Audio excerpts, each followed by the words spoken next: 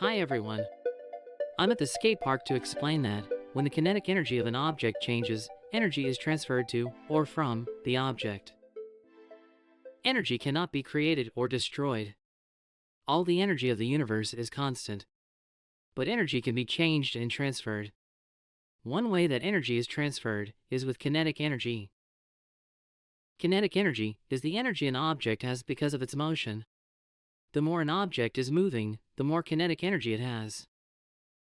Now, let's say you are standing at the top of a skate ramp. You have potential energy because you are high up and could fall down, but you aren't moving yet. But as soon as you push off and start rolling down the ramp, you are now using that potential energy to gain kinetic energy. This is an example of energy being transferred to an object. Next, let's say you reach the bottom of the ramp and jump into the air, doing a trick. As you are flying through the air, you have a lot of kinetic energy because you are moving through the air.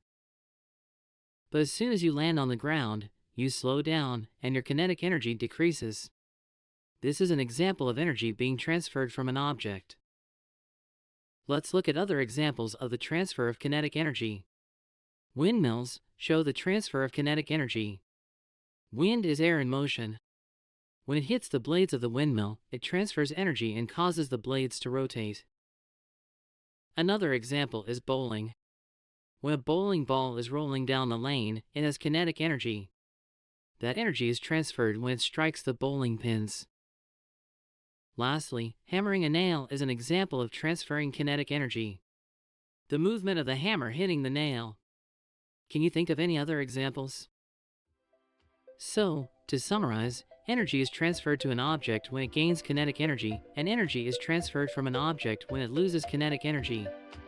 And that is exactly what happens when you're skating around the park, gaining and losing energy with every trick you do.